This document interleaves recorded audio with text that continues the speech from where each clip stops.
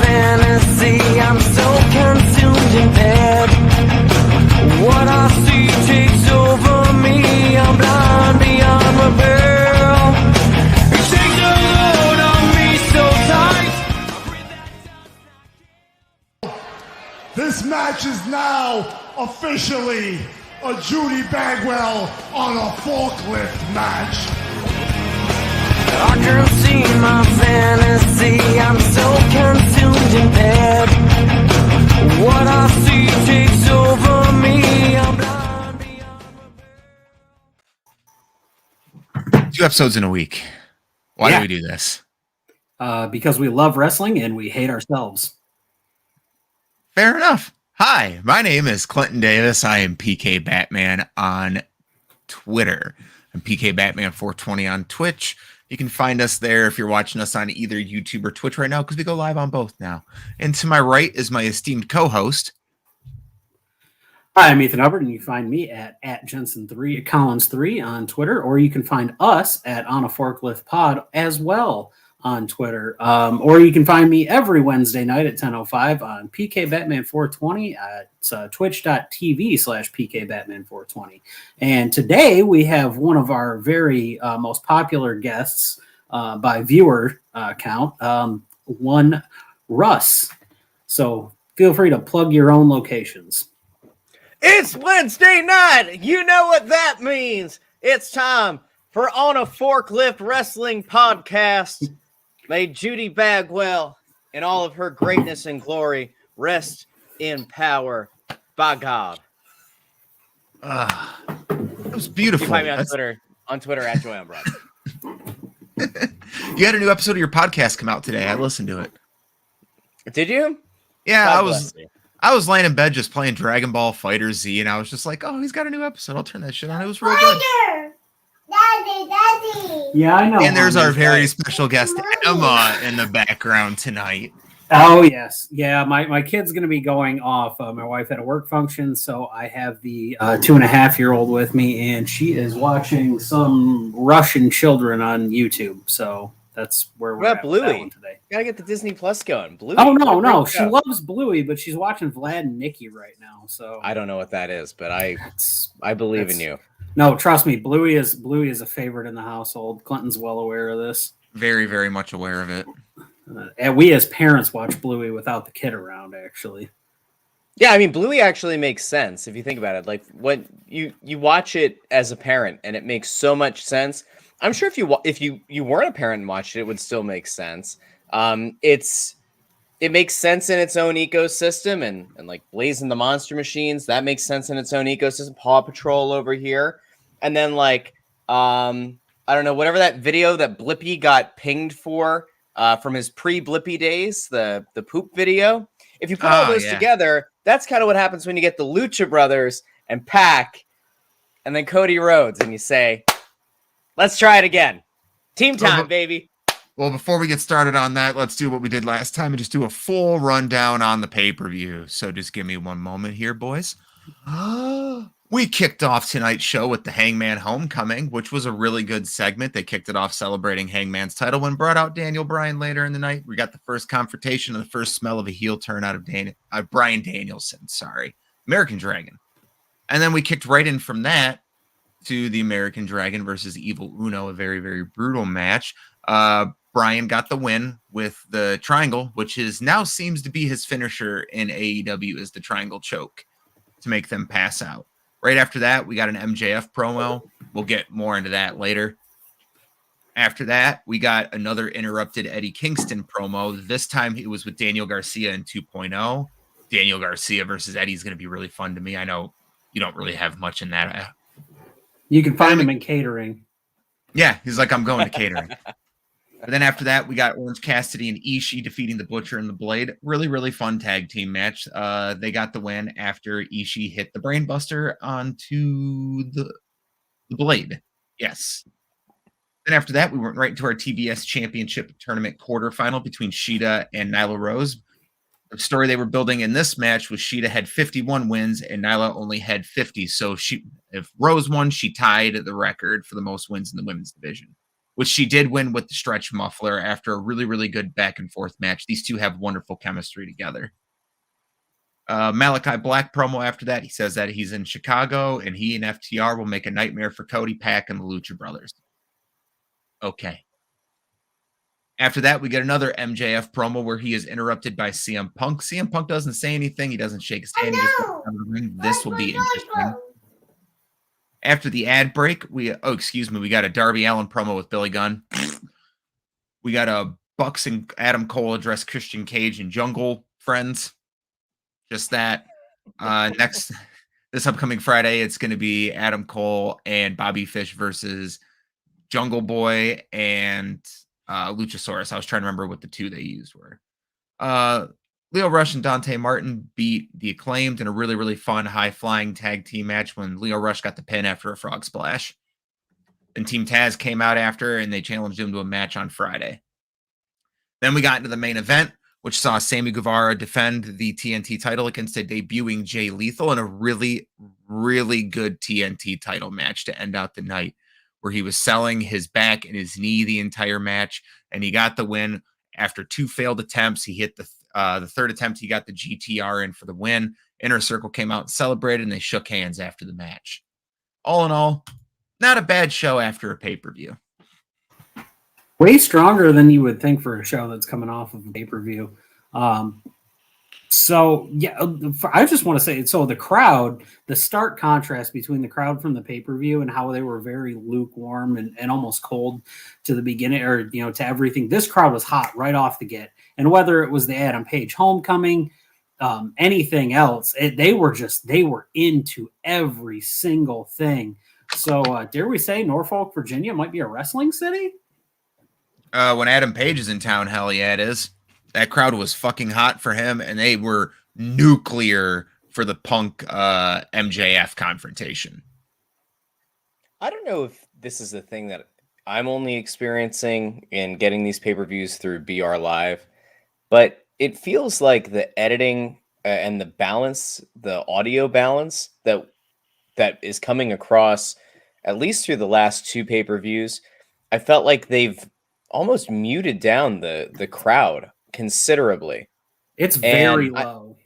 And I felt like it was like that tonight as well. I felt like the way that you could tell the crowd was into it was the visual of actually seeing the crowd into it. But this is a company that for a long time did an excellent job of miking their crowd and making you feel like you're there.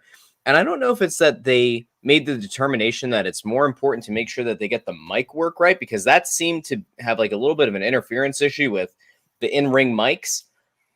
And they've just kind of like sold out to making sure you can hear the entrance music and making sure that you can hear the guys like as they're cutting their promos. But like something about the audio balance is off. And I can't imagine that the crowd at Full Gear was as dead or lukewarm as you were saying, but like it kind of felt like it. And at parts in this show tonight, it was like, once again, like I can't remember who it was that came out midway through the show, but like it should have gotten a pretty electric pop and didn't. MJF. And yeah, that was it. And it was just like, it was like an oddly, like you could hear the initial boos, and then it felt like as they he said, cut my music. And that's where we should have had that overwhelming, massive boo birds moment. Mm-hmm. It was just kind of dead silent. It almost felt like a pandemic show where there were like 25 fans there. So I don't know what's going on there, but they need to get it rectified, because it's like sanitized. It's like the thing that people rail against WWE for. Like, I don't know what the calculus was that went into making the decision, but they've got to get that fixed because it's taking away from the experience watching at home. AEW's strongest suit has always been their fans. Like that's the reason they get 6-star matches between the Young Bucks and Omega and Page. Those fans play a big part in it. Like it's the reason that the wrestling was so hard to watch during the pandemic era, because there was no one there to like cheer them on. That's why all the matches felt off. But like now that they got this hot crowd, they really, really like, and every AEW crowd is hot. They go hot for the fucking Bunny versus Penelope Ford, just because it's AEW. I think you're going to see a lot next week. Next week you got another Chicago show. So if you want to tell where your audio editing is, you're going into basically their second home. Daly's place is what it is. I think that unfortunately, if you really want to test your audio and see how it's edited out, we had a year and a half worth of shows from Daly's place. So December 29th and Chris, and New Year's Eve, we're going to end up seeing how the audio sound comes from there. But why wait a month? You've got a Chicago show coming. But no, I just felt like the crowd at the pay-per-view physically looked like they were a lot quieter. This crowd seemed more visually, they were more into it. They were, man, I was listening from the other room. And maybe it's because I had the sound bar up on 30, trying to listen to Over the Kid. But like the Nyla Rose Sheeta match was hot. Like there was stuff through it. And maybe it's because Vicky Guerrero was getting the shit beat out of her. I don't know. 100%. But also, when I did watch on that match, I was very, very impressed because that's the first time those two have been in a ring together, 8-9 months at this point since they've wrestled each other. And that was good. That might be the second or third best women's match on TV. Yeah, fucking Nyla taking that back bump on the chair outside. That was fucking awful.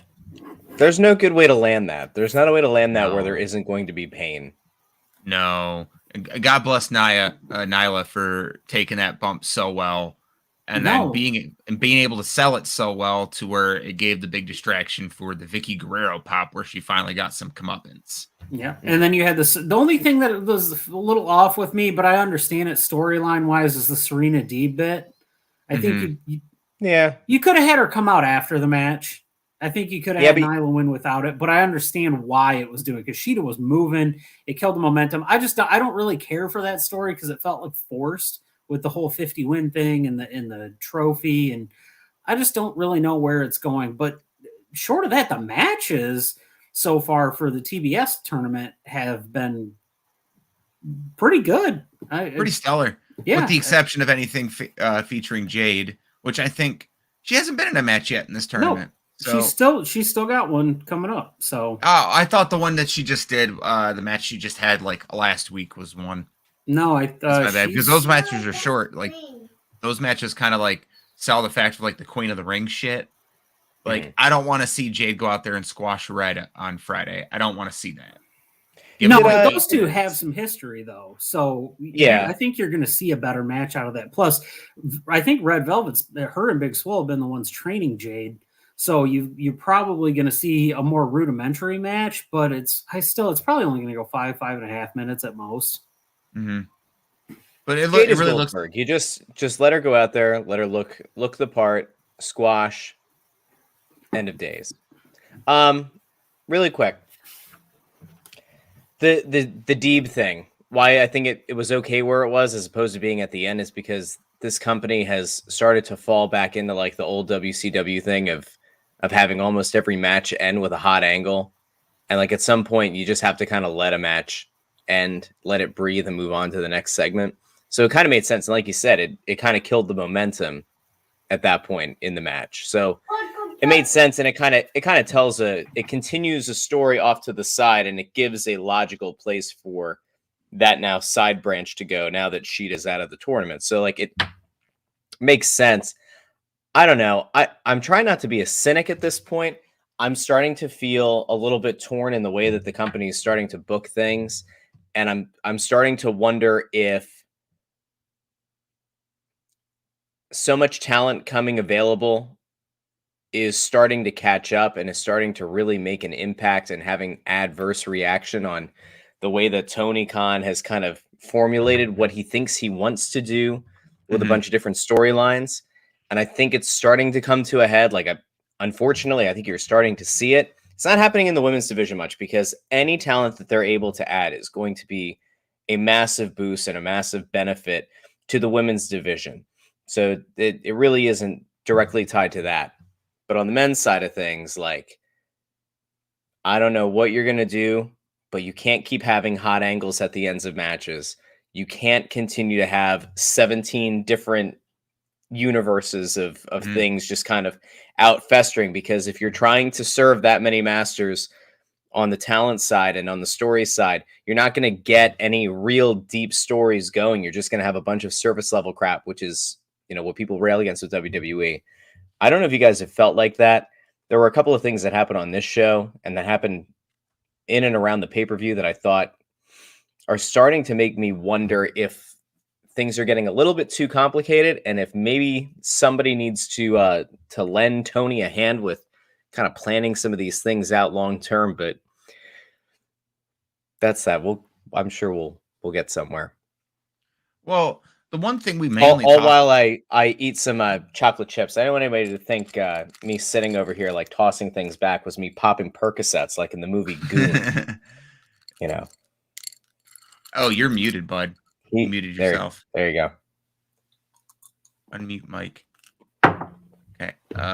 Yeah, we know you actually only eat the finest of caviar. So we just assume that's what it was. Or if it's capers, then you're just sick. I was doing a really good job with dieting and then went to Costco and got the Kirkland brand chocolate chips, which are the best chocolate chips to snack on. I don't know if you guys have that out in Michigan. You have Costco? Please tell me. Yeah, we do have Costco. I have to go there to buy my condoms in bulk. We've got the big three over here. I don't know what Costco, the Sam's Club. Actually, I'm not married. We've got the Costco. We've got the Sam's Club. We have the BJ's Warehouse. And then there's BJ's around here as well. Okay. What is the other one? Do we have? There's another one. 4? Do we have 4? How many warehouses do you need? No, it's just and Menards. Menards is kind of like you save more money at Menards. So okay. Menards? Oh my goodness, do you not know what a Menards is? I don't know. Hold on a second. Okay, so Menards is the most magical store on the face of the earth. So imagine, if you will, a small hardware store in a local town that has the little popcorn machine and you can get beef sticks at checkout and stuff. Now, Menards is that, but supersized. You could buy a rack of ribs and enough shit to get your bathroom refinished at the same exact time. Not a cooked rack of ribs, but you can buy a rack of ribs. You can buy a rack of ribs and then the device to cook them in. You can also pick up like a plastic shed in the outdoor department, and then while you're going up to the front, you can pick up a super soaker. And then if it's Christmas time, they've got all those little like houses that you build villages out of and shit. It's fantastic. It's my favorite store, and like for 2 or 3 weeks every month they have an 11% rebate. It's a mail-in rebate. It's not instant. But so everything in the store that you get, dude, I save up like $300-400 at a time, like a year of rebates, and then just go back and buy a bunch of random shit with it. So what you're saying is somebody decided to open a store and just fill the shelves with the things that you can buy on QVC at 2 a.m. Only the as seen on TV aisles in the front of the store have that. The rest of it's all legitimate hardware store stuff, like tools, toolboxes. And I mean, lawn equipment. Lawn equipment. They don't even just carry like a normal, like they have their own in-house brand, which is like Master Force or Master Pro or some shit, but they carry Bosch, Stanley, Craftsman, all like legitimate stuff.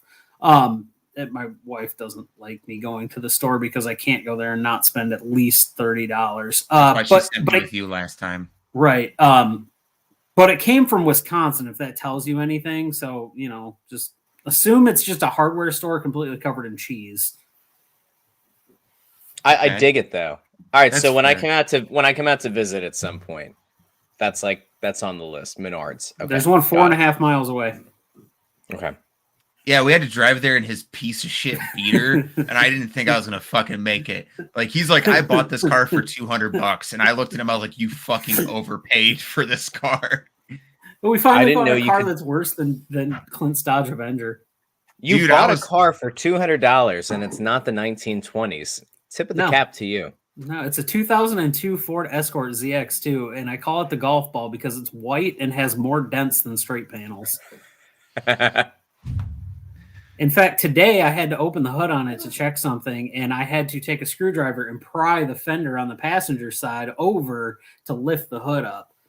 So, he was talking about putting money into this thing. Yes, I'm gonna do this thing. I'm gonna do this thing called the Gambler. So what it is, it's a 500 mile. If he gets in the driver's seat with a 5 in his pocket, it's worth more than the car itself. That's really putting money into it.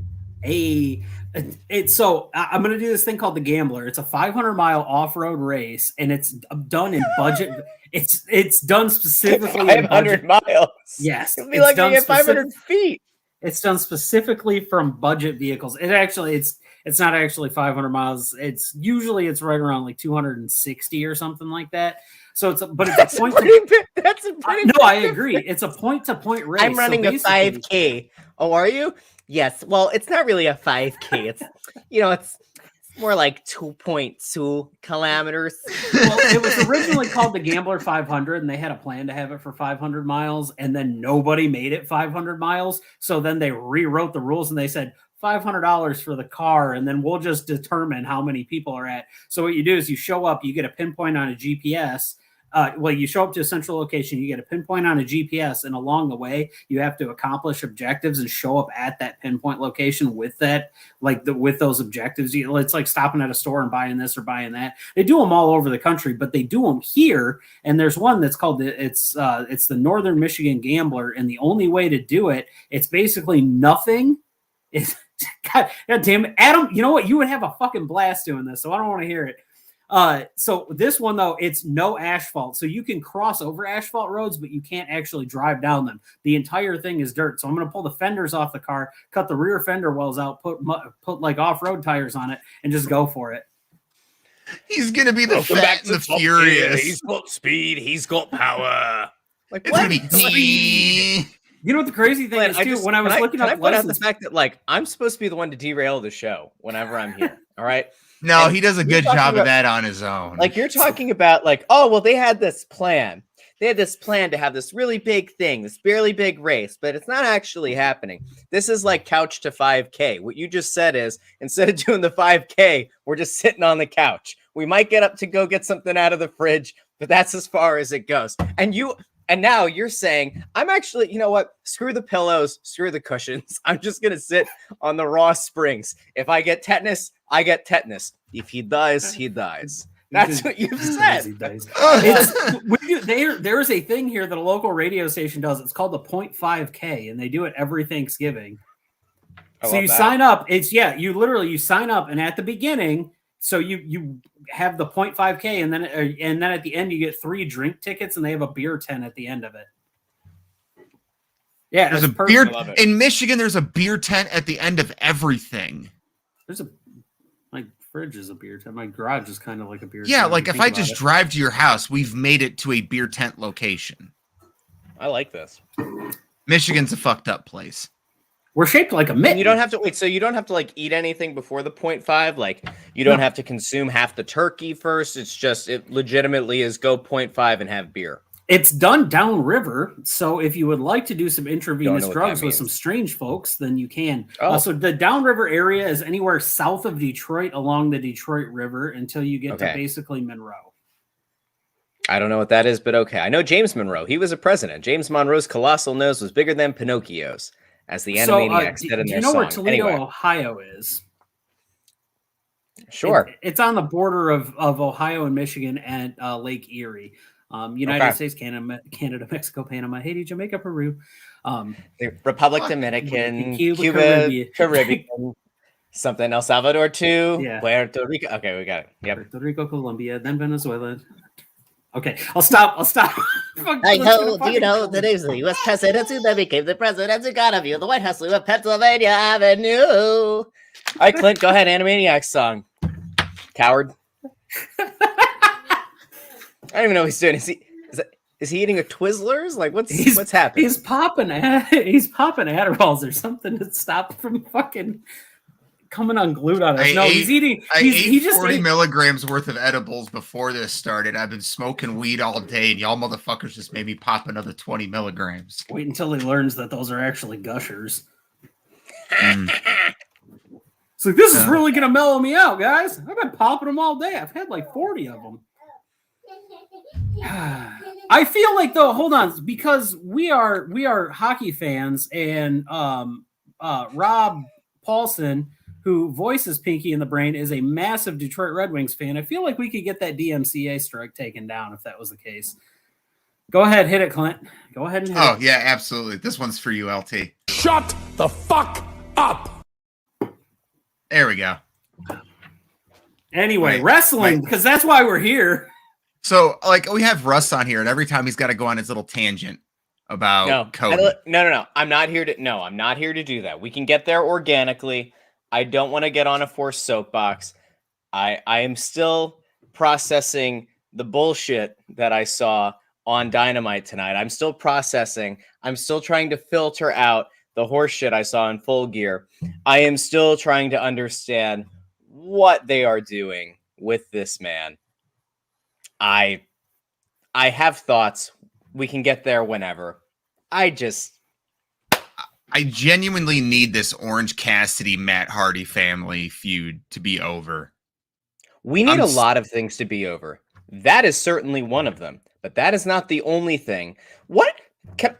I'm sorry, I interrupted you. I'm sorry. No, you're fine. I was pretty much done there. I needed it to end. It's a starting point. Wasn't the point of pay-per-views, especially if you're going to run quattro a year, isn't the thought supposed to be that a pay-per-view is supposed to be like the blow-off match? We're supposed to end these things and then move on to the next thing? Because Matt Hardy at this point does not... I heard somebody say recently, hey, Jeff Hardy's contract is going to be up at some point in the next year, 2 years. Something like that. Oh, can you imagine if the Hardy Boys fought the Young Bucks? Can you imagine the Hardy Boys versus Lucha? Listen, I don't know what that's going to look like if it were to happen, but it's going to be all Jeff Hardy and Matt standing in the corner. Matt was never the athlete. Matt was never the guy that people went to go see. He was always the reliable sidekick. He was always the reliable number 2 guy. The guy to take the heat for the match. But he wasn't the guy who you remember from these matches. And he has been, unfortunately, at his age and at what he has left after taking horrible bumps throughout his career, he's not a wrestler right now. He's not a guy who should be featuring in any prominent way on a wrestling program. Now, does he make sense as a guy who, like, in theory is trying to boost up and play manager? Maybe. Does the Hardy family order work? No. It hasn't worked. I don't know if there has been any iteration of it that's worked. Butcher and Blade, have they gotten any better? Has there been any more notoriety since they've joined the Hardy family order? No. I think if anything, it's cheapened them. The bunny, the bunny's the bunny. She's gotten better in the ring, but the bunny's the bunny. It hasn't really done anything for her. There's a tag team that I remember beating the Young Bucks very early in the company's history, and Private Party. Sure hasn't worked out for them. They've effectively been relegated to God knows what. I don't know what's happened there. So if Hardy isn't contributing in the ring, if he can't really go, if every time he goes in, he practically kills himself or takes a bad bump that he shouldn't take, I don't know what we're doing here. And lumping him in with Orange Cassidy was fine, I guess, for a little bit, for the rub, maybe. But like, that's long past. And now we've got Orange Cassidy going up against, I almost said Billy Gunn. That's Darby. Orange Cassidy, has he gotten any better being across from Matt Hardy? No. I don't want to say that Matt Hardy is where careers in AEW go to die, but they certainly go on life support when they're associated with Matt Hardy, and they certainly don't get better when they're across the ring from him. Orange Cassidy was challenging for a world title back in March. And ever since in fairness, so that was silly. That was the best triple threat I've seen since Cena, Lesnar, Rollins. The Pac, Omega, Orange Cassidy triple threat from Double or Nothing. That was Double or Nothing. It was good. But does anybody really think that Orange Cassidy is a world champion? No. But he's gonna make a really good TV champion one of these days. Yeah, he can make, like, he should be factoring into the TNT championship. That's where he belongs. Like, and there's nothing wrong with that. But I can't figure out what the hell they're trying to do with him right now. And this chaos thing, I'm sure that you guys are much better versed in New Japan and in some of these other promotions than I am. But I hate to break it to people. If I have to go as an AEW fan or as a viewer of a wrestling program on TNT, soon to be TBS, the burden should not fall on me as the viewer to go watch hours of New Japan on YouTube to understand the importance of a faction like Chaos, or to understand what the Bullet Club is and everything that's gone into the Bullet Club. There has to be an education piece on the program itself that does a much better job of explaining things. Chaos, as a viewer who does not immerse himself into New Japan, would not know what Chaos is, would have no idea who Okada is.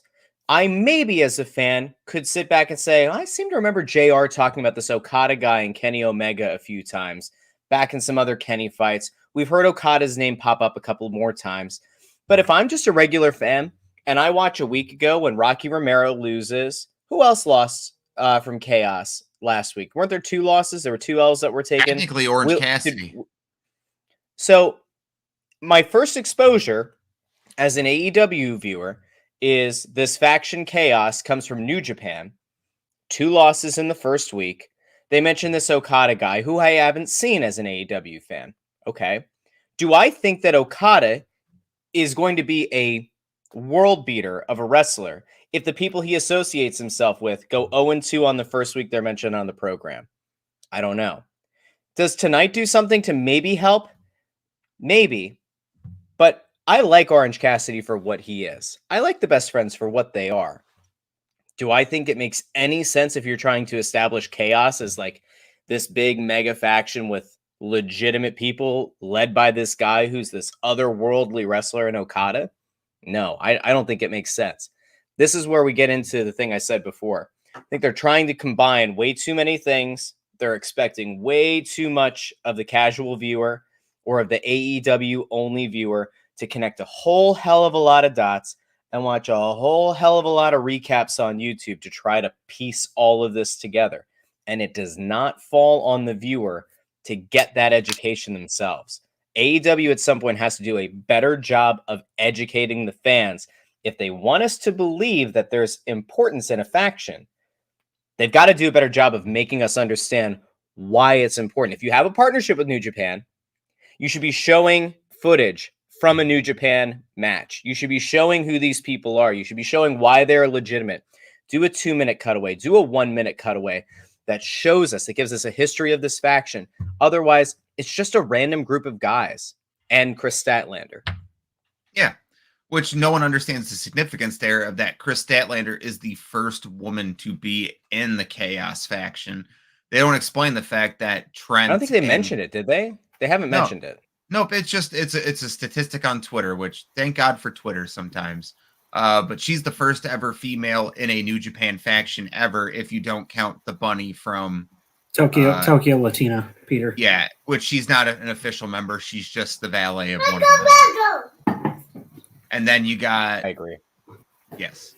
And then what they don't explain is that Chuck Taylor has been a member of Chaos before he came to AEW. Same thing with Trent Beretta, or the fact that Trent Beretta was a tag team member with Rocky Romero. They don't explain any of that stuff. If you watch BTE, they explain all that stuff. And I don't watch BTE. Yeah. Like maybe I'm supposed to, but like, guys, I really like AEW. I've been a day one AEW supporter. Mm-hmm. They're starting to lose me a little bit. But how they're starting to... sorry. No, I'm just saying, like they're starting to lose me in. There are so many people that are getting screen time, and again, it's that like inch deep instead of inch deep and like a mile long instead of a mile long or a mile deep and 1 inch long. You have to find a balance there. Mm-hmm. If it's just constant bombardment of here's another guy from New Japan, here's the Forbidden Door, here's another guy, here's somebody else from another faction. Oh, don't forget, these two guys once stood at urinals next to each other at the Tokyo Dome. Like at some point, it doesn't make sense. If you're expecting the person who's watching this show on a Wednesday night to watch Rampage, that's fine. I get it. Totally fine. If you're expecting one of the people who's watching Rampage to watch Dynamite, totally fine. If you're expecting them to like maybe catch highlights of Dark, cool. But if you're expecting them to watch every bit of Dark, every bit of Elevation, every bit of BTE, every bit of like Sammy Guevara's vlog, you're going to start to run into an issue because you can't say, well, that's where all the backstory is. No, you've got to start to put that onto your main program. You have to start figuring out a way to slow things down a little bit and to flesh out the stories that you're trying to tell and try to make people understand what the importance of these things are. Absolutely. At what point does the supplemental programming stop? Like, how much supplemental programming do you need to get through the thing? So, like Clint and I, we're not casual fans. We know who Tomohiro Ishii is. We've seen him fight. Because he's been on tour here, but not everybody's going to know that. Now, the benefit of it is that Ishii has been in America before. He has had a little bit of exposure on North American television. This isn't his first time over here. So, a guy like that, cool. In my opinion, how I would have booked the entire angle, if you're going to bring the Chaos faction into it, have Okada here first. Emma, hold on a second. Have Okada here first. Have somebody you need the leader of the faction to be here, because right now you're not putting a face to this faction. You're basically, it's a nameless guy, and not nameless in the sense of the Dark Order. But I think that's more along the lines of what Russ was talking about having done. Mm-hmm. Well, like the Ishii thing, right? If I'm an AEW viewer and I'm to believe, because I like the Butcher and the Blade, I think they're horribly misused. I think that they have the look. Like, to me, Blade has the look. The balding is his only issue, but like, he has the look. He's a scary looking, average build, like ripped dude, right? Mm-hmm. Butcher's a scary guy, right? I mean, sure, he comes into the ring doing like the WWE 2K21 glitch walk. You know, I always bring that up to my wife as he's stomping his way across, right? I think of all those like little glitch videos, like on the My ring, favorite right? my favorite one I ever saw was someone posted that GIF, and it was like when my wife tells me to keep my bullshit outside, and I'm walking into the house. That's exactly right. That's honestly one of my favorite things in AEW, like, period, is his knee stomps. They're fun. It's fantastic. It's great. Sorry. But I watch that and I'm like, I like these guys. I want to see these guys start to climb the ranks. I want to see them start to get respect. And like, watching Ishii no sell, and even if that's part of his shtick, that's like part of his mystique, whatever. It made Butcher, like, to me, it made Butcher look bad. It made Butcher look weak. And if the idea here is that long term you're going to eventually come back around to Butcher and Blade being a thing, you can't have a guy who's a foot shorter, even though he's stout, even though he doesn't really have a neck. Like, you can't have him no selling to the guy who's supposed to be the monster in the match, or at least AEW's monster in the match. I just don't think it works. And not to make you go do some homework, because this is the entire thing that we're trying to avoid. But Ishii has a few matches with Moose, who's the current Impact and TNA World Heavyweight Champion. Okay. Go watch those matches. But once again, like you said, that's doing research and understanding, why is this guy no selling these moves? What is happening? Yeah. But then also, like, they should do a better, like, he came out wearing the Never Openweight Championship. So why don't you do a better job explaining how important that title is, and how it's like what it is? It's the sirloin some bitch title over in New Japan. It's the Hoss fight title. It's going to be a physical matchup. A notable matchup you can watch there is from, I can't remember which Wrestle Kingdom it is. It's the same one that has AJ Styles and Shinsuke Nakamura on it. But if you go watch that one, it's Shibata versus Ishii. And that is one of the hardest hitting matches I've ever seen. And you can see in matches like that how people like Shibata retire at such a young age. And they have to put this shit up. He's carrying the big beefy men slapping meat title. That's what the never weight. Okay. That's what the never title is over in New Japan. It's the sirloin some bitch title. Would it be nice to have explained that to people tonight? Probably. 100%. It would have been nice to explain that to people tonight, but they didn't make time for it because they try to cram so much into, like, you got 2 shows. You don't have to cram everything into one. Mm-hmm. It makes Rampage not feel as important. But we can talk about it. Yeah, I mean, Rampage is going to have an issue. And Rampage is already having an issue. Yeah. That they have to get fixed. They've got to get that figured out. The time slot the time slot's an issue. It was initially fun because people were really excited because it felt like 2 hours wasn't enough on Wednesday. And it made a whole lot of sense to hot shot a lot of angles, have Punk pretty much every week to start with Rampage. But eventually that number was going to come down because people, you know, it's not seeing Punk for the first time in 7 years again, right? No, like it's not seeing Danielson wrestle his first match again. It only works for so long. And even me, I like to try to stay up until 11 o'clock on a Friday. I'm freaking beat. I'm 31. I'm I've got turning a family. 32 in like 10 days. I'm tired on a Friday by 11 o'clock. It's not a good time slot. Staying on TNT, I guess presumably because they're happy with that time frame. I'm sorry. If the idea here is you're going to try to tell 7,000 stories in a given week, you're going to have to make that show 9 o'clock. You're going to have to go head to head for an hour with SmackDown. Or just put it on at 7. No. Put it on an hour before SmackDown. 7 doesn't work though because you have to worry about the West Coast. Like the whole issue right now with Dynamite, the whole issue with Dynamite right now, right, is it's going live coast to coast. So you've now got people on the West Coast who are supposed to be tuning in at 5 o'clock. Who the hell is watching pro wrestling at 5 o'clock in California? I don't know. I guess there are some people, but you're not going to get the same crowd that you would have gotten. So that to me is part of the other issue that they kind of face. There's not a great time to put a lot of this stuff on. Rampage does have to get moved. It cannot, you can't continue for another year to say 10 o'clock on a Friday night is going to be successful. Like that to me is such a glaring issue for this company. And they're in a tough spot. You're not going to go to Monday, even if you think you could go to toe with Raw, with a weekend Monday Night Raw. You're not going to, because you're also going to have the same issue that they have, Monday Night Football, right? And so if you can't go toe-to-toe with them on Monday, because you're going to inherently be afraid of Monday Night Football as well as WWE is, if you can't make Friday work because you don't want to go head-to-head with SmackDown for at least an hour, then you have to do what? Tuesday or Thursday? You're going to go 2 days in a row with AEW programming? People are going to get worn out. Like, I think they're in a tough spot. But they've got to get Rampage figured out because that time slot is bad. I don't even think the biggest AEW fan could try to sell anybody who's trying to get into watching pro wrestling again that 10 o'clock on a Friday is appointment viewing. They don't make it appointment viewing, and it's a shitty time slot to try to get people to watch a show. I have a question. Sure.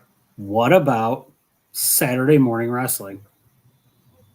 You think you can't do Saturday morning wrestling where everybody's yelling at MJF, shut the F up. No, but I'm thinking if that's your area. You record it on Friday night. People will go out to a fucking wrestling event on a Friday night. That's a no-brainer. No, he's talking about putting it on if I'm correct, you're talking about putting stuff on television like that on a Saturday morning. That's not kosher for Saturday morning. Yeah, I'm saying like the language, you're gonna have to go PG or you're gonna have to go G. You can't even on cable, you can't air that stuff at 10 a.m. or even at noon on a Saturday. Isn't that what MLW is trying to do? Is like 12 o'clock on Saturday?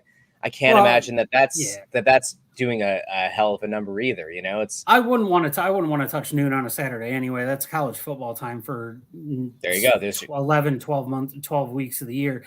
The problem is what we're running into is, so I've argued this with people before. So the reason that WWE was so successful back in the day with Raw and the reason that WCW was so successful is look at how many channels you had on television at the time, 40, 45 channels. And for viewing as such as that was, you had Raw and USA, and then whether it was TNT or if, whatever it was, you had essentially 2 channels for 18 to 49 male viewers during that amount of time. You didn't have the plethora of stuff that we have at our fingertips now. So basically, hey, might as well be a wrestling fan. This kind of looks like what I'm into.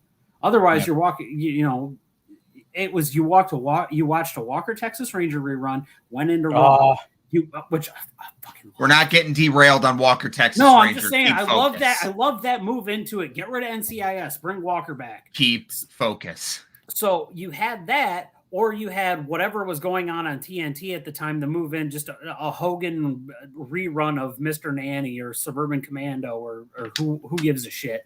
So it would move Mrs. from Doubtfire. Yep. Yeah, Mrs. Doubtfire, it's a fantastic movie, but Big it fan. would move. Big fan. It would move from that into that, and you're like, all right, so this is what I'm watching. Now it's I don't want to watch that, so I can go find anything on any of these streaming services to watch. So you're never going to have that number come back, but how do you compete against not only your direct competition, but everything else that's out there? It's a difficult question. I'm more of a fan of the Tuesday night times. Well, they can't because they don't want to go head to head with NXT. You got to go Thursday. Why would they be afraid to go head to head with NXT 2.0? It's not That's being silly. afraid. It's just going right back to the whole internet war thing that I think they're. So what? So what? Who cares? You know what I mean? Like, what are we doing? If you're AEW and you're trying to fire shots at WWE, which Tony Khan said he wants to do, he thinks that wrestling is at its best when there are multiple promotions going head to head. He likes the competition. Then who cares? Go on Tuesday nights. There are no major pro sports. Okay, that's a lie. Tuesday nights, NBA, TNT. Guess where you're going? TBS. Would Rampage have a problem? Probably. You might have to, Turner, you might have to make a decision, and you might have to send Rampage to TBS as well, and that'll be your Tuesday. And unfortunately for Turner, they're going to have two properties competing against each other. Oh, shucks, you're going to have ratings on two networks. What a horrible thing. Also, I don't know what the cross-section of people, what does the Venn diagram look like of NBA viewers and pro wrestling viewers? Not as I much don't as know. it I used to mean, be. I'm in there. I'm in that little cross-section, but I don't know how many people are. But we're sycophants. That's the problem.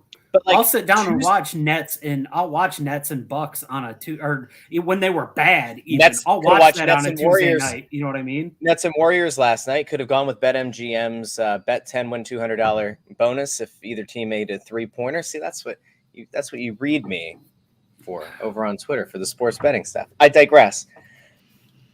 Tuesday would make sense. Yes, it reignites a war. What has the WWE effectively now done? They've painted themselves into a corner. We don't want a third legitimate brand. We want a star-making, developmental brand with NXT 2.0. Sounds like a pretty easy win for me. Sounds like a pretty easy way to go in. Once again, kick WWE's ass at something, make NXT look worse. And like, think of it like this. They do it. McMahon has to look, now it's all on McMahon if that show starts to lose because he's jettisoned his, son-in-law who had a heart issue. You've gone and you've decided to overhaul everything. Well, if that starts losing, that's on Vince. So what's going to happen? Are they going to abandon ship? Because it's going to look really bad if they abandon Vince's new plan. If Vince himself abandons his new plan, what do they do then? Did they make a third brand? Do they make a show that's just a crossover of Raw and SmackDown? And if they do, is that a bad thing? It very clearly signals that they're worried about AEW. Once again, you've got a head-to-head time slot. I don't think it's the worst thing in the world. Thursdays suck because you've got Thursday Night Football. Monday sucks because you've got Monday Night Football. Friday sucks if you don't want to go up against SmackDown. Monday sucks if you don't want to go against Raw or the Monday Night Football. You already have Wednesday. You don't have many options, and the weekend is a terrible idea for a wrestling show. So once again, Tuesday or bust for Rampage, my friends. Or Rampage starts at 9 o'clock. I like the 9 o'clock actually think start. is better. I don't mind. I like the 9 o'clock start. Go head to head with that last hour of SmackDown. Earn your bread and butter that way. But if they do, Rampage has to be a live show. Has to be. That's what they're doing from now on. They're doing them all live. I don't know if you guys have gone to any shows when AEW's been out your way, but I've gone to 2.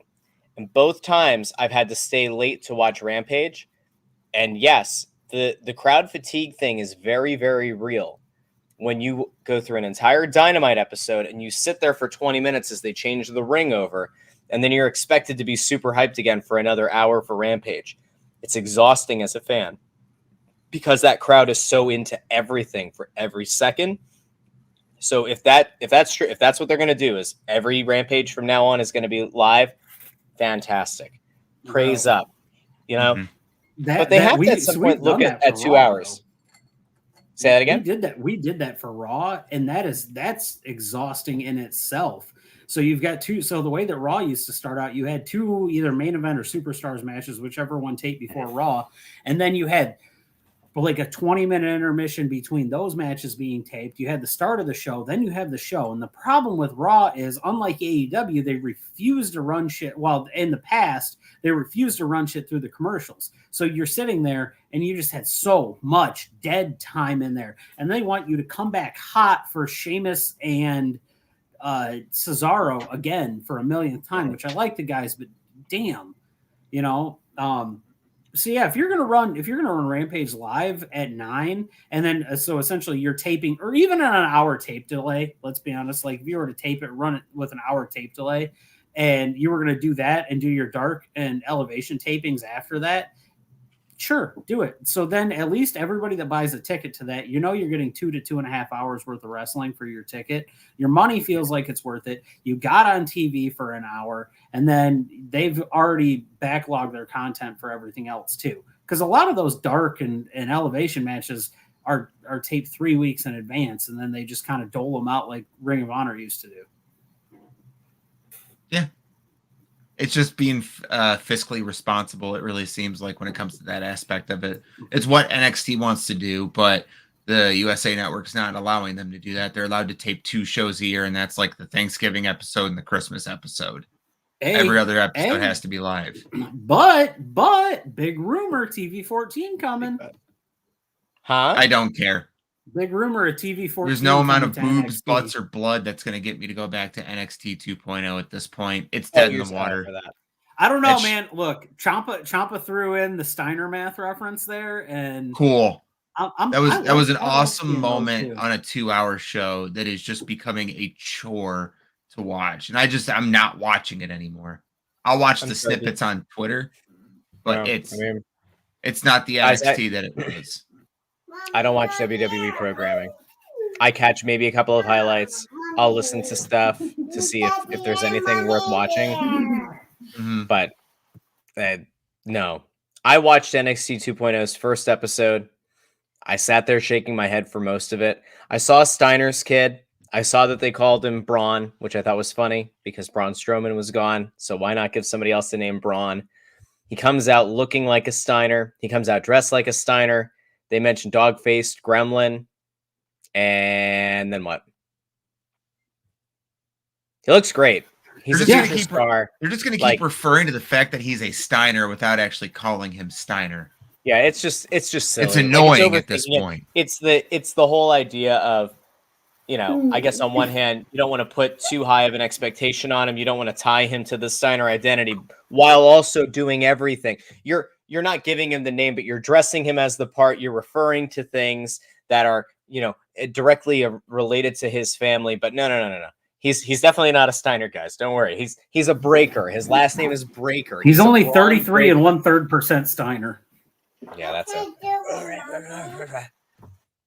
All right, can we get back to what really matters here, guys? Menards? That one. Or Cody Rhodes. Can we get mute him? I forget these things. All right, can you do the sound drop? Can we sound drop? Shut the fuck up. Thank you. Anytime. Here's what we need. Ethan, I believe that you're the guy to make sense of it, okay? You've got a child, you have lovely headphones, and you have a tribute to Judy Bagwell in the back. So I believe in you.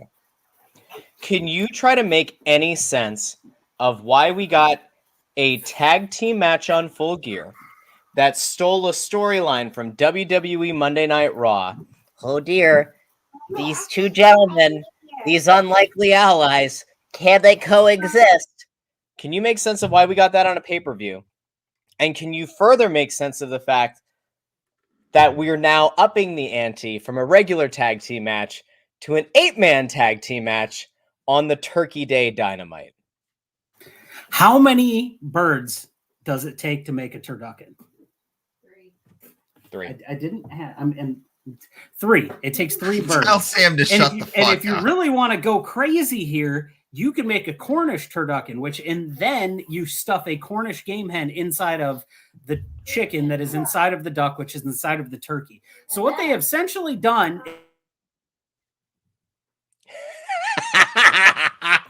You gotta just give me a second. No, don't stop with that shit. So what you're trying to do. He's back there conducting the orchestra. Yeah, we're in 3 now. We are in 3. Damn it! I said Allegro. It's yours.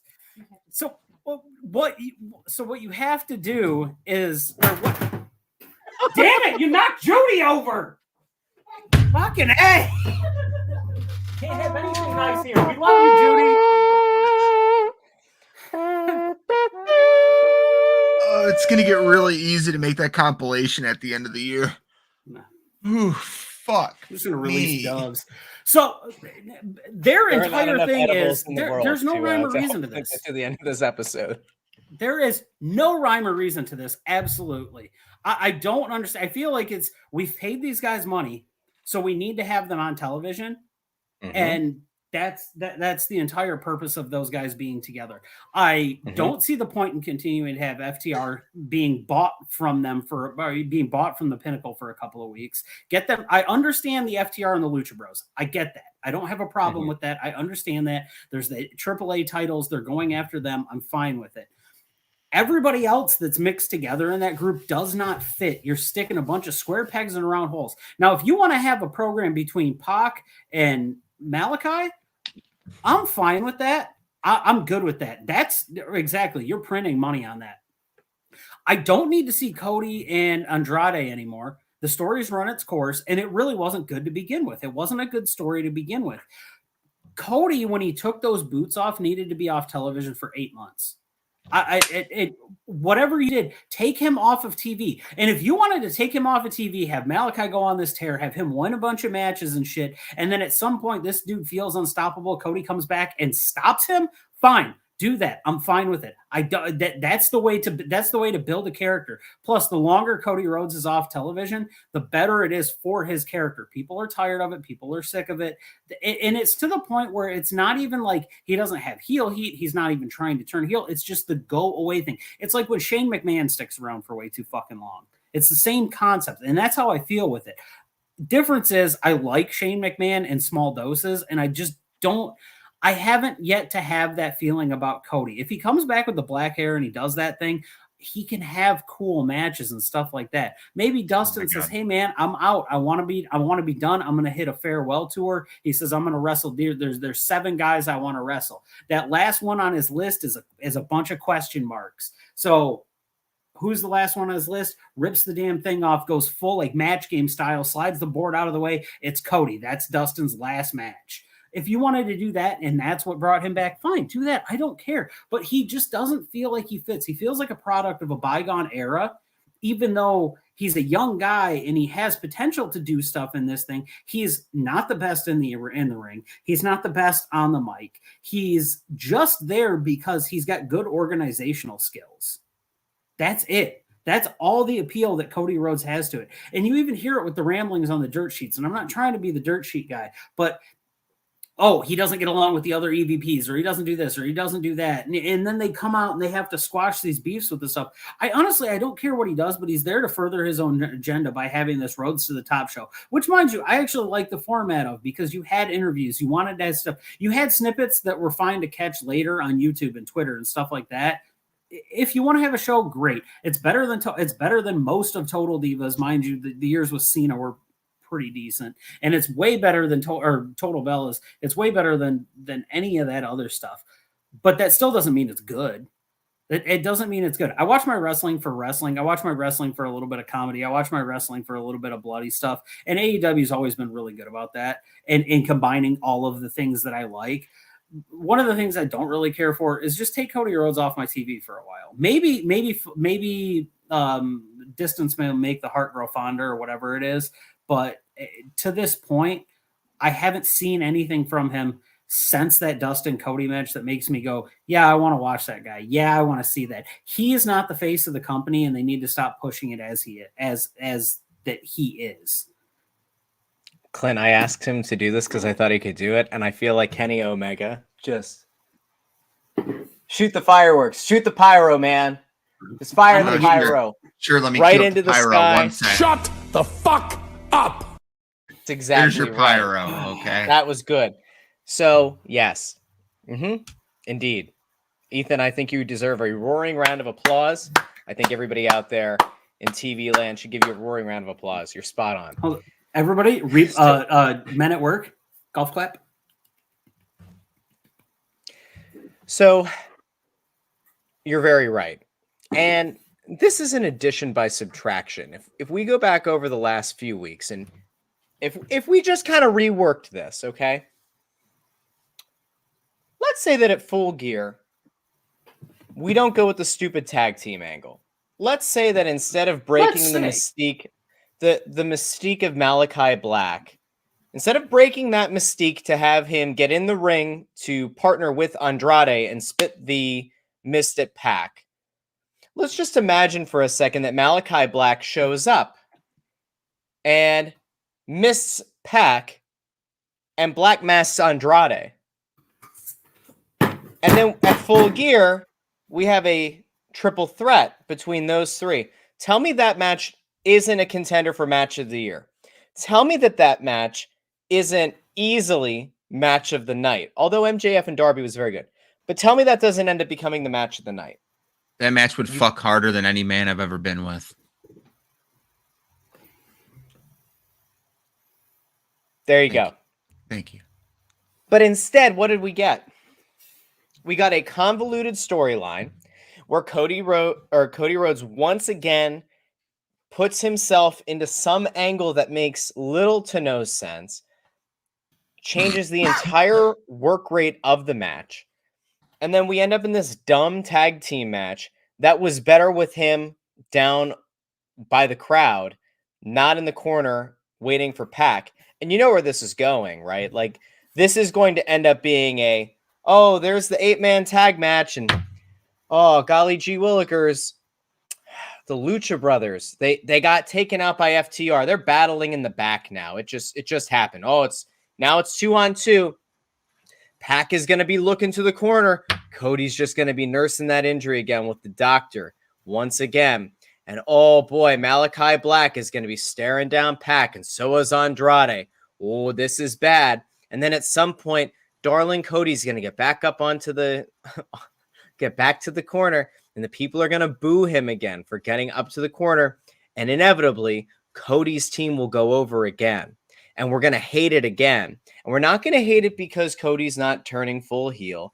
We're not going to hate it because Cody is, once again, I think as a human being, delusional, and not as a character being delusional. We're going to hate it because it's not going to go anywhere. And I think a lot of times what's happening is people are trying to hype themselves up with the belief that, like, there is a point that this is all going to come together and make sense. And sometimes it just isn't there. Sometimes the internet booking that people come up with ends up making more sense than what you're going to see. They have so royally, colossally after this whole thing up. What you said about the boots is totally spot on. Need I remind people that they hot-shotted the Arthur Ashe showdown, the rematch between Cody and Malachi. There was no build. It was the week before Arthur Ashe. Cody Rhodes! Malachi Black at Arthur Ashe Stadium. AEW Grand Slam. Where the hell did that come from? Here's what should have happened. Let me take this back to the booking. He goes down. He goes to put the boots down. Now, whether Malachi ends up, taking one and says, you'll retire when I say you can, whatever. You're right. Cody should have been off TV. We should have done a whole angle here where Malachi Black is the ultimate baddie. We talked about like the 7 deadly sins idea. There are other things you could have done, but he starts going after faces. He just goes after a ton of baby faces. He builds up the House of Black. He builds up a group that has a bunch of badass looking dudes who are subservient. Maybe the Butcher and the Blade. Aesthetically, they make sense. So the Butcher and the Blade end up with Malachi Black. Do we think that's a believable thing? Sure. What's the dude's name who we won the tag team titles with at another promotion? That guy. Bring him in. Does that make sense? Sure does. Does that start to look like a scary faction that people don't want to mess with? Sure does. If we do this for 6 months, I'm not saying that people turn on Malachi, because they might not. People really like Malachi. I like Malachi. I don't know if I could boo him. We talked about like there are only a few people that you could go after, like Sting. Well, MJF kind of took the heat on that one, right? He kind of used that up in the Darby feud. It won't work if you do it quickly enough. So if you had done this for 6 months, and then there were rumors of like Braun or Bray coming in as reinforcements, as another part of this like dark faction, and it looked like AEW was kind of on the brink, that Tony Khan didn't have the guys that he needed to really fight this off, that you start putting some of your even better baby faces. If it had been a Bryan Danielson, if it had been a CM Punk, and they start to team up, you start kind of going like, doesn't totally work with NWO-ish idea here, but like AEW starts to try to stand up for itself to take on this faction. You could have at the 6-month mark brought Cody Rhodes back with things on the brink and tried to bring Cody Rhodes back as a babyface, as the guy who has to, as the guy who comes back and says, no, I worked too hard to build this company, to make this company happen. You will not take it away. I'm not saying it would have worked, but it sure as hell would have worked better than whatever this is they're doing. Because unless we're going to be on another 3-month swing, what's the next pay-per-view? Is it Revolution? Like, unless the idea is that in 3 months, Cody's going, like, where does this go? If we're to believe that, like, somebody's going to turn on Cody, who is it? His wife's not going to turn on him. Arn, it wouldn't matter. The Nightmare family also doesn't matter. Like, I don't know where this goes. Pac isn't all of a sudden going to team up with Andrade and Malachi Black, who don't belong together. The Lucha Brothers aren't going to team up with Malachi Black. The Lucha Brothers probably aren't going to team up with Andrade. Why is FTR involved in this angle at all? While they're trying to build up the Pinnacle, they're trying to make the Pinnacle seem like a thing again, but yet they're not anywhere to be found with the rest of the Pinnacle. Like, that's taking away from that part, and that's taking away from the MJF having the big faction behind him. It all doesn't make sense. It's just like, it's like you said, we just need to get all these guys onto TV, so let's just throw them in and hope that they have a banger of a match. It doesn't work like that. This match is going to be garbage. And it's not going to be garbage because the people in it are bad. It's going to be garbage because it doesn't make sense. And none of it has made sense for weeks. I'm intrigued. I want to hear Clint book. Give me like a 3-minute rundown how you would book Cody Rhodes if he stays on the main roster for the next 3 months. And not Cody Rhodes in a dumpster. Just not that. Oh, it's actually quite simple. Cody gets squashed by every single jobber on the roster. He loses to every single member of the factory before they exile him. They take a piece, they like take the scarlet letter and they throw it over his fucking stupid neck tattoo and exile him. And then after that, he goes on this mission quest to find himself. And who does he find? But the spirit of Arn Anderson in his Glock. And he puts him out of his misery. Blonde hair Cody dies. Boring Cody dies. He comes back black haired. He doesn't come out to the poppy entrance music. We give him some like My Chemical Romance bullshit. Does he come out of the middle though? Does he still get like the special middle thing? No, he comes out of the face tunnel. Because in this booking, I'm gonna still keep him a face. But with the black hair. Oh, black hair. You are. He's gonna be a broken little emo boy, and he's gonna have and then once he comes back from that mission quest, he's gonna have struggles and hardships. He's gonna keep winning matches again, but he's gonna go back to not talking. He doesn't need to talk. What? Addition to your scenario, have him come back, because we let's say we actually want to use the ranking system in anything but the tag team division, right? Mm-hmm. Have him come back, but them just be like, no, dude, you're not the same guy. Like you start at the bottom. You gotta fight your way. But that's what they tried to do with that stupid ass promo of him going back into the gym. No, I'm talking. Hold on. Cut down. I'm not done. Okay. He enters the Casino Battle Royal match because he wins he wins a contenders match to be in it. And he has this inner monologue against himself of, I said I wouldn't challenge for the belt ever again if I lost. So it gets down to him and Malachi Black as the final two in the Casino Battle Royal. And Cody has Malachi beat. But as soon as he goes to eliminate him, he stops. Because then that means he has to challenge for the title and go against his word and go full heel. I said I never would do this. I cannot believe I am so sorry. Yeah. Malachi. Yeah. What And he- am I as he- going to do? As he Dude, stops, it's even funnier because he's part Cuban. and as he I stops, have a big neck tattoo. Everyone says it looks like poo. I said I never challenge for the belt. Oh no. No! Don't throw me over the rope!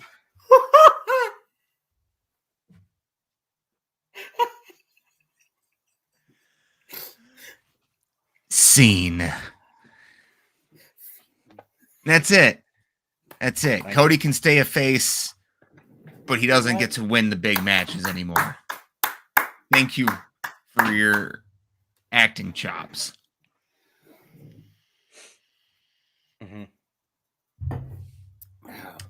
Did I say I was going to book a masterpiece? No, I just want to see Cody get the shit kicked out of him. You booked, like you booked a masterpiece for Russ. That's what you did. You put together those wonderful stage directions, and I just transcended. I just Hey. kind of let the script flow through my soul. Can you use that in your admissions video to Juilliard? I should. I'm definitely putting I that believe shit I on have Facebook skills. This before is the what I night's have. over. That little thing you just did right there is totally going on our Twitch, on our fucking Twitter page, everything. Yes, that's what I'm here for. It's not just my good looks and my boyish charm. It's that. So okay, we've all agreed that Cody doesn't make any sense. Is there a way? All right, let's actually try to spitball this. Is there a way to make Cody cool? Is there a way to make Cody into, like, let's just say that, like, he in his own really stupid, overcomplicated, like, he really is Dusty's son way, goes out and does turn heel. Is there a way to make it work? Because Yeah. AEW to me doesn't scream the kind of like yucky, yuck it up with the fans, like, oh, thank you for cheering me while they're booing. Like, you can't go delusional. You can't go like a Nero kind of like crazy emperor vibe. I don't think that would work. That's more of a sports entertainment thing. But like, let's say he does go heel. Is there a way to make it work, and how?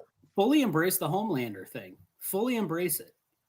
Just take it to the point of where you, like you said, you think he is humanly, he is delusional. Past the character part of it. Legitimately have the character be delusional to the point where, like you said, it's not them like them booing him and him going, oh yes, please, all the praise, in a sarcastic manner.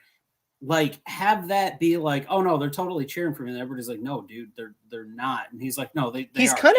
He's kind of done that. He went on Busted Open like last week, I think, or the week before, and said that like he realizes that it depends. Like, he's gonna have home crowds sometime, and he like listed a couple of places, and he said like, but then there are places like, you know, New York, and he either said Miami or Philly or something, and he was like, well, those are going to be away crowds, but like, I obviously know that there are still home crowds and away crowds, and it's like, Duluth, Georgia's coming up soon, and if they boo him there, that's the fucking city he lives in. Mm-hmm. Yeah, that's where his gym is at. If they boo him in that city, dude, game over. Throw the fucking towel in. Have Arn throw the towel in. Have Arn throw anything in. Have Arn throw Tully in. I don't care. At this point, if we're going to continue with this same character, Tully popped a good promo tonight that was 7 words long. I'd rather watch 2 old men go at it like it's a nursing home bum fight instead of watch Cody on another thing on his current trajectory. When do they fight in Duluth? Or like, when's that? Not next Rampage, but the Rampage after that, I believe. Okay, so this is actually perfect. I was Dynamite, waiting. I was hoping that we were going to have something like this. All right, here's how you do it. Tony Khan's listening. He loves me. We talk. We don't. That's the moment. That's the one where Cody gets booed. He gets booed mercilessly, and it snaps. And we go back to the promo that he cut that I think kind of got a few people thinking. The one where he said, "I will not turn," which was like a little bit dopey. But what he said about everybody wants to praise the guy who writes the checks, but let's not forget the guy who helped build the bank. Mm-hmm. I liked that, and it was smart. Here's how you salvage Cody Rhodes. They go to his home, to where he lives. They go to Georgia, right? And they boo him. And then from that point on, Cody comes out and he cuts the promo. Maybe he's staring into a mirror. What this needs is a lethal dose of poison. If anyone's gonna kill my creation, I'm gonna do it. Me and Brandy Rhodes. We do like the old NWO angle with Vince McMahon. I hate But that so much. Cody goes in and says, "Fine, I built this. I'm responsible for this. I'm going to take down this company that I built. I will tear it down to the studs. I will rebuild it in my likeness, or I'll just let it burn. But I'm going to start going on my own kind of rampage." He doesn't even need anybody with him. He could be a one-man wrecking crew on his own. That's how you embrace it. And then he starts taking on everybody that the fans love. He rips, and I mean rips through Darby Allin. He absolutely rips through like a Dante Martin. He absolutely eviscerates well, you can't say Bryan Danielson now because he's kind of a heel. He goes toe-to-toe with CM Punk, who I guess hasn't turned by this point. Let's just say he's still a face. There's another one.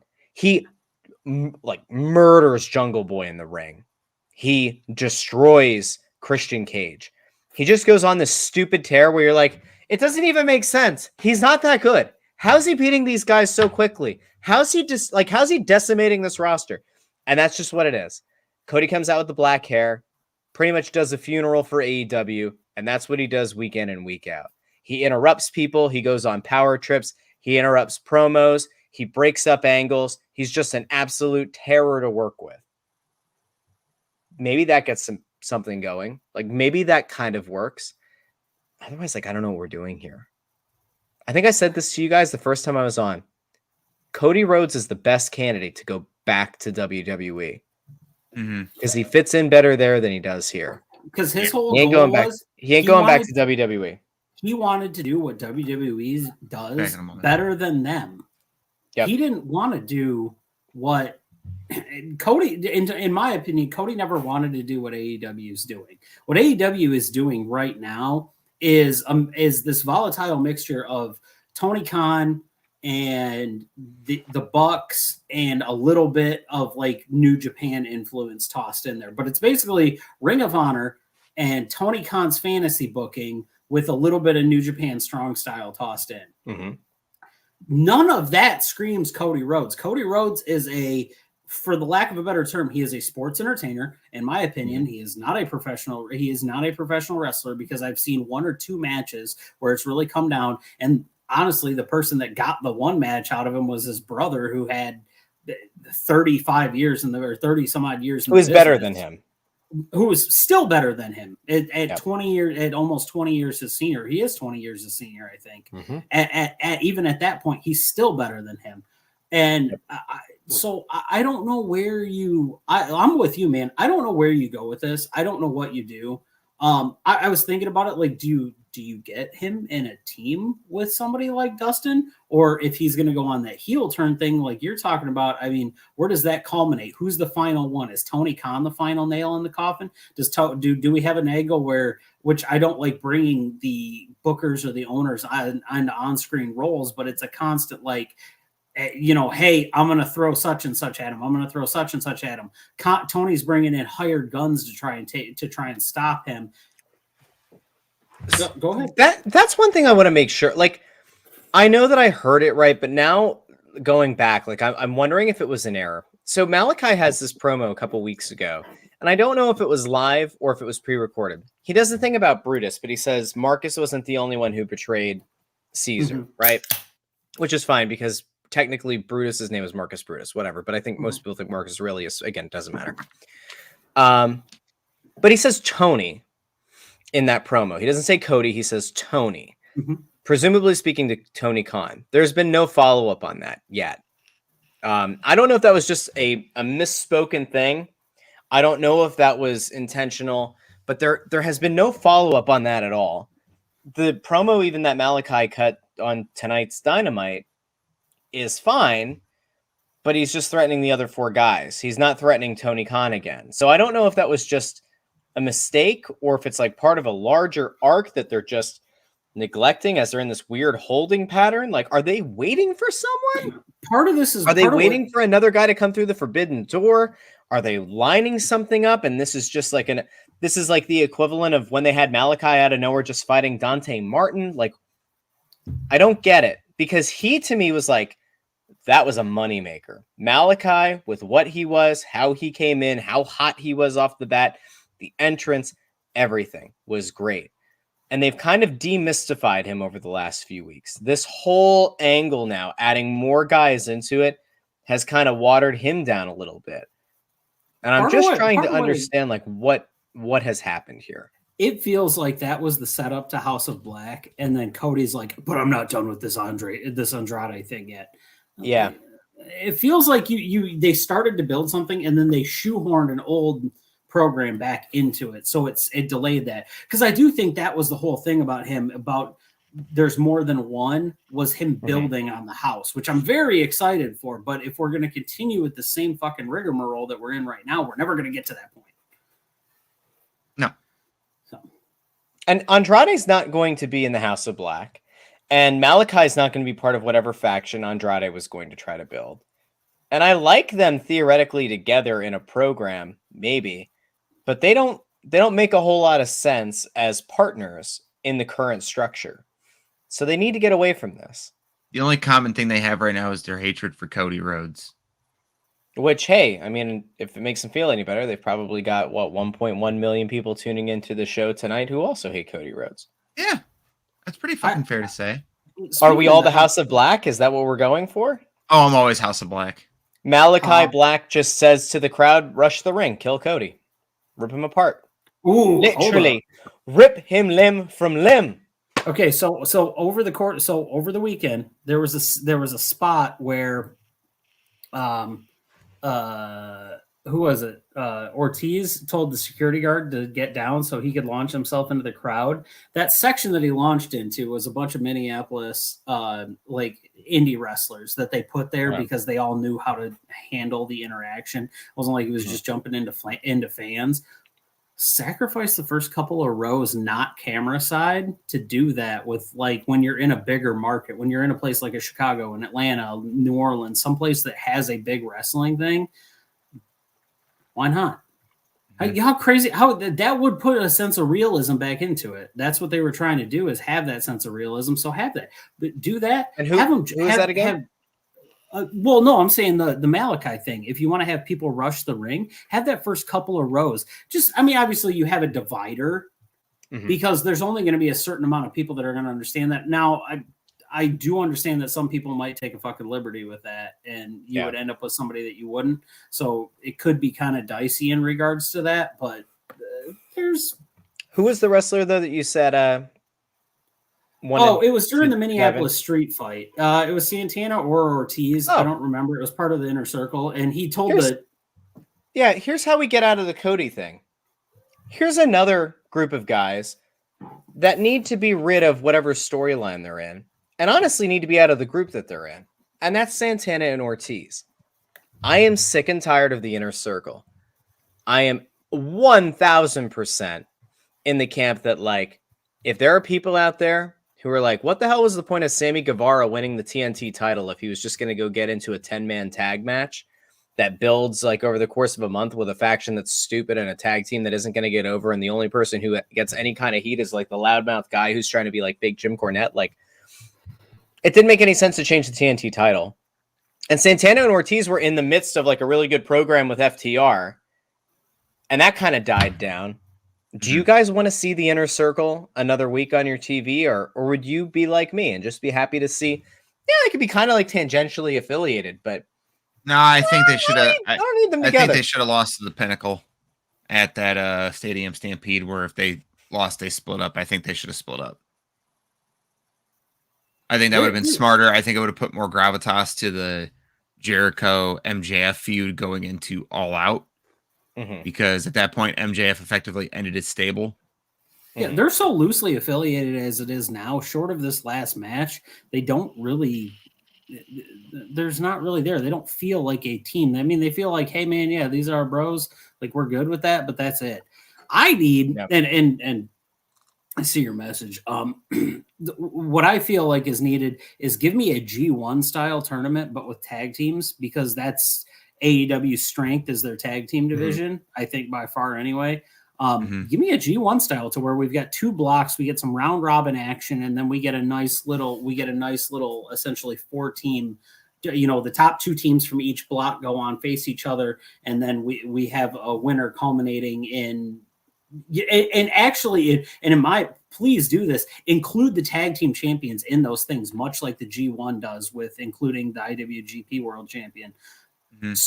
To where if somebody beats them during that, dude, the momentum boost from that, because even though it's a non-title match, you still beat them in a legit match, and all of those matches should end practically uninterfered with. Generally speaking, those would anyway, in my opinion.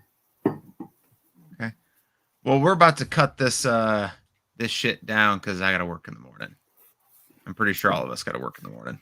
Well, that's fair. So we do have a top 5 list here that we talked about earlier today. Yeah, I gotta grab my phone to pull up because Clint, this is a very special day to him. It's the drinking birthday of one of his absolute favorite games of all time. So tonight we've decided to do the top 5 wrestling games of all time. And now, Russ, I'm not sure if he had actually spoke to you ahead of time. We did more of a combined list on this, so definitely give us your thoughts on it. But we had spoken earlier and thrown in what we believe are the top 5 wrestling games of all time. And I do want to make an honorable mention to a game before we get this list on the road. The game itself is not a good game. It's not a great game. It's not a bad game. But the TNA wrestling game from 2008 had the best graphics of any wrestling game, probably up to WWE 2K13, probably. Yeah. And then it's much better than actually 15 and a lot of stuff that came after that too. That's the sad part. But that TNA game looked really good. Trust me, go look at Booker T from like 7 years apart. You'll understand what we mean.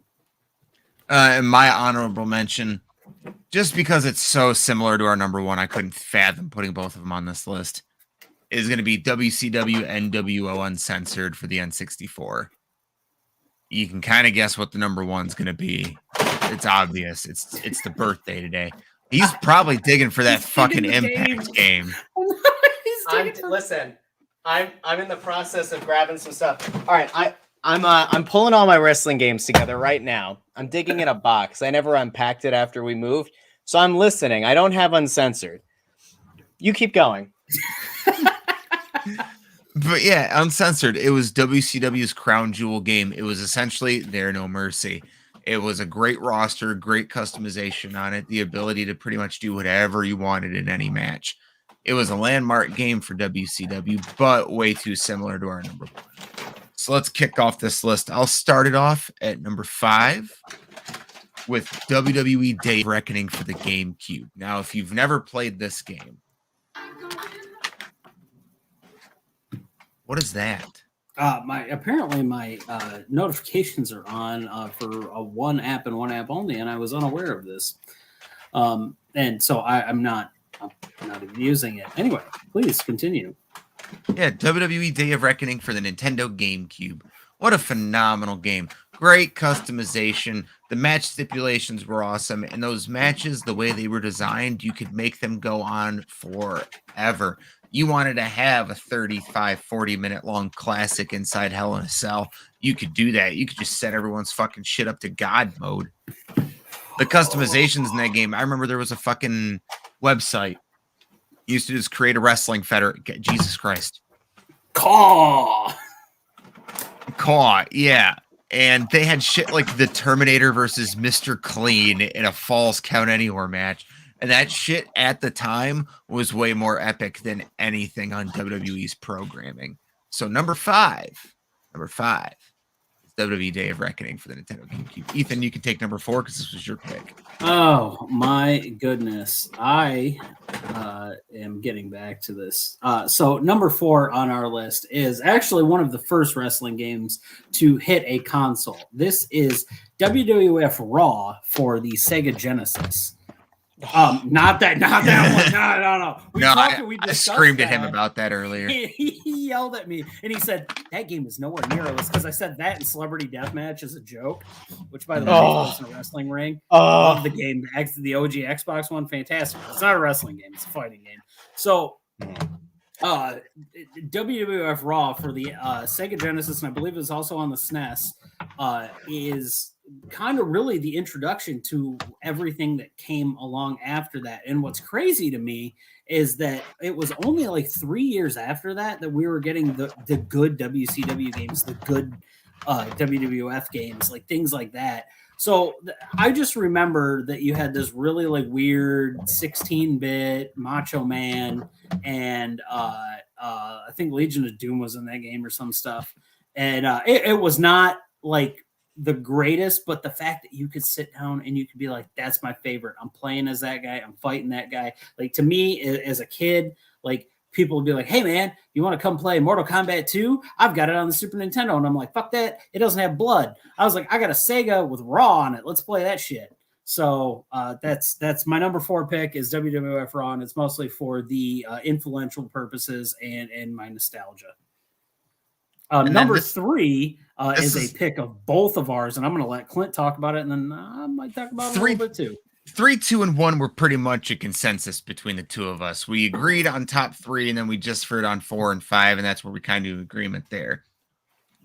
It is SmackDown versus Raw 2006, and I can tell you exactly why.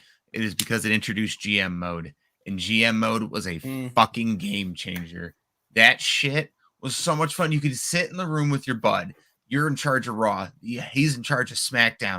And you can put together your rosters together. And then you guys could have a competition to figure out who had the best show each week. It was a fucking game changing at that point. And then you guys could play the matches against one another while it was going. Create a wrestler roster. Fucking so in depth. It was great. And also the customization where you could actually customize your entrances and shit. Customize move sets even better. They started introducing the moves that come out now that were influential back in TNA, like the Canadian Destroyers in there, the Code Reds that no one was using in WWE, but people were using elsewhere. So SmackDown versus Raw 2006. Yeah, to piggyback on that, also the story mode for 2006 was fucking wild. Like, I can't explain to you things, and now I don't know. There is a person on there that we're not going to name for purposes. The storyline that person has is terrifyingly eerie. And then Chris Benoit and The Undertaker. Yes. But then there's the Undertaker section of it. And at one point, the Undertaker is holding a bra and talking about Trish Stratus, which is so far out of fucking pocket for Undertaker. It's just off character. And you just look at it and go, this truly is a video game. This is wild. Like, this is actually wild. I feel like in that game, they were like, hey, the writers want to do this. And they still had to clear everything with Vince. And Vince is like, Taker never do this shit on TV. So let's have him do it in the video game. Oh, that's such good shit. Like, do that right then. It's just... Shut the fuck up! And the gameplay was excellent. I broke a couple of DualShock 2 controllers on that game. Go ahead with number 2. Number 2 is a SmackDown. Here Comes the Pain.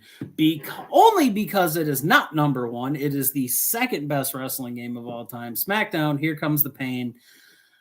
If you haven't played it, there's ROMs out there. Go play it. It's just a fucking blast.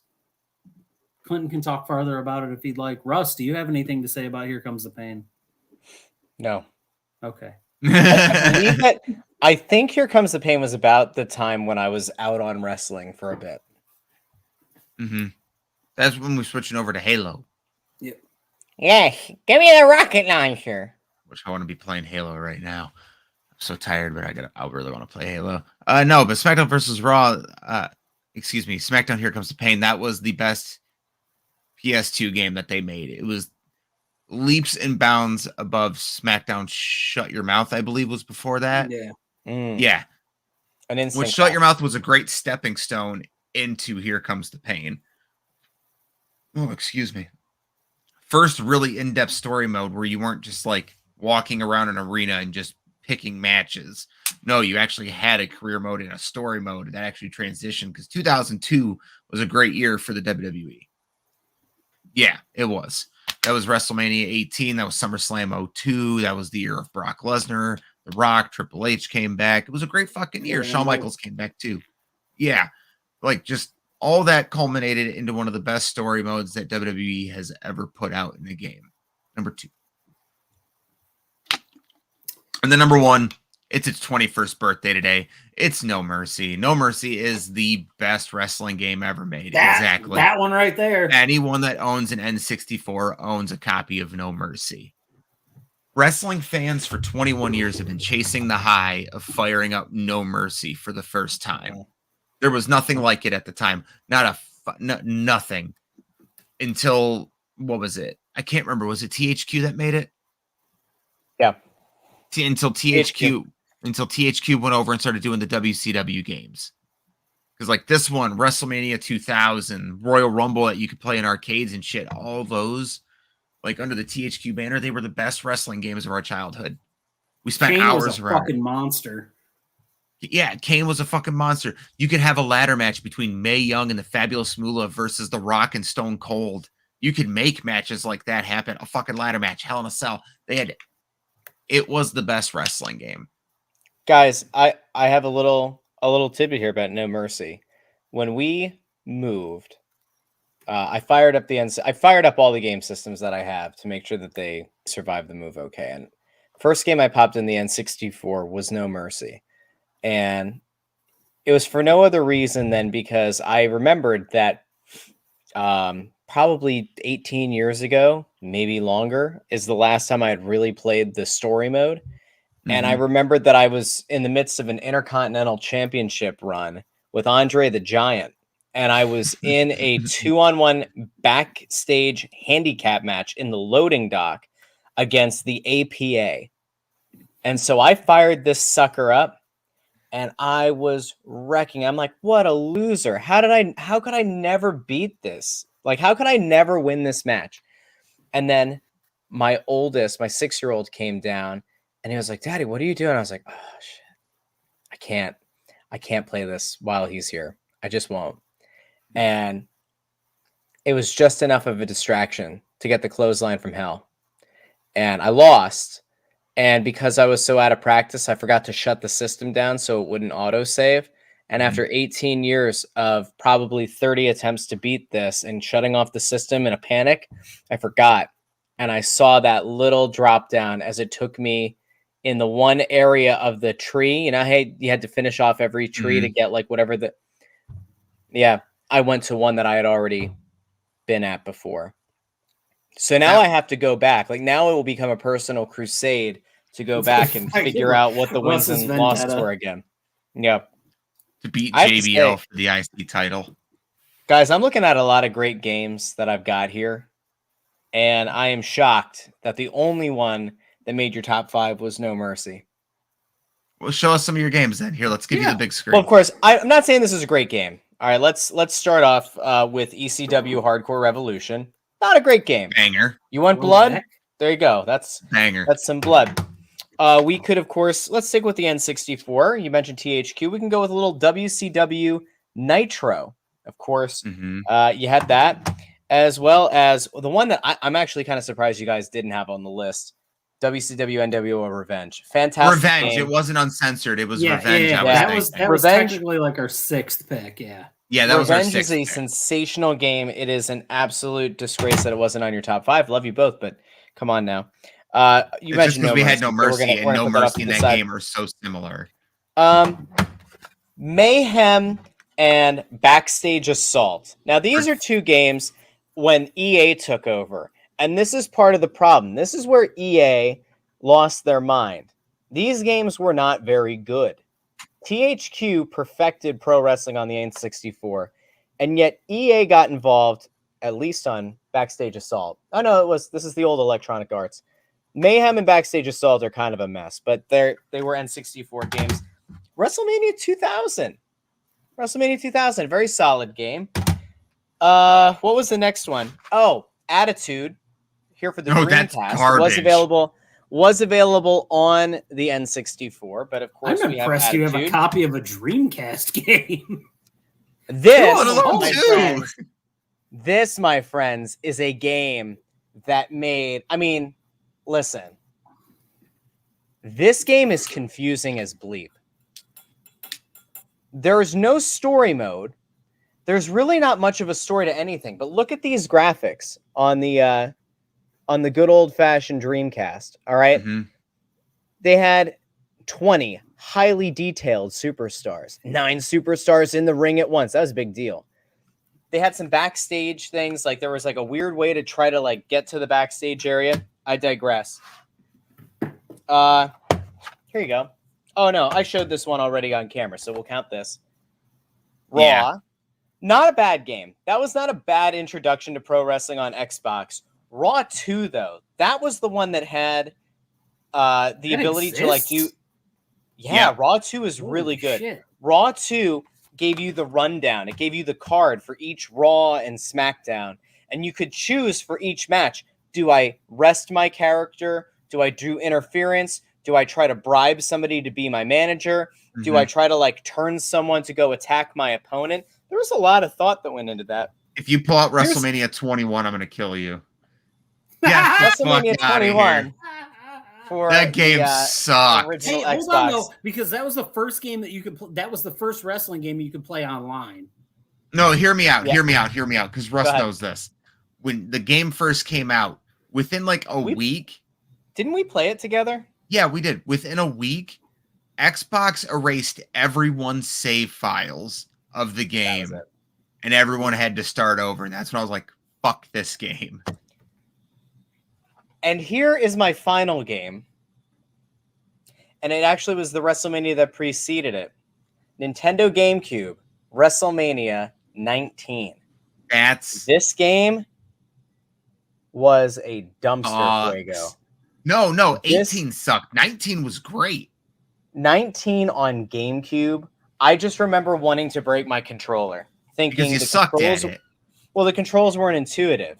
And again, it was the GameCube. What are you talking about? That was like one of the easiest ones to play I've ever played. I can go play 19 tomorrow. This was an upsetting game to play. So that's my top 2. Wait! Oh no! Legends of Wrestling. Sorry. Totally. Guys, I'm so sorry. I forgot about Legends of Wrestling. Clinton's going to have a coronary. I have something worse in here, but I don't know. Is it Backyard Wrestling? Is it Fire Pro? Because Fire Pro is fucking you're awesome. The scariest human being I know. Because what? I don't think I'm gonna find it in time. Oh wait, hold on. Yes, I will. There it is. So I went to buy an original Xbox like 6 months ago because the only system I've ever let my wife let me get rid of or have me get rid of was the original Xbox. And it was when my parents were moving a few years ago. And I was like, well, everything's backward compatible with 360. It'll be fine. I'm an idiot, right? I wasn't thinking. And so I forgot that, no, like half of my original Xbox games weren't backward compatible. Like the 360 wouldn't read them. Anyway, I buy this original Xbox, but it's modded. And I had no idea what I was looking at. Like it was some kind of interface I could not figure out. And it wouldn't read most of my games and almost ruined Burnout 3. It was very upsetting. So I went back onto a yard sale site on Facebook Marketplace, found another Xbox that came with like assorted games and controllers. Hell yes. Holy shit. Backyard Wrestling. Don't try this at home. You can play as Andrew WK. No. Look, I have not played this. Put out some fucking bangers of games. My personal favorite shooter of all time is Time Splitter 2. And that just became backwards compatible. So I'm going to go dig my copy out of the basement and play as a monkey with some fucking SM90s or whatever the fuck those are, dual wields.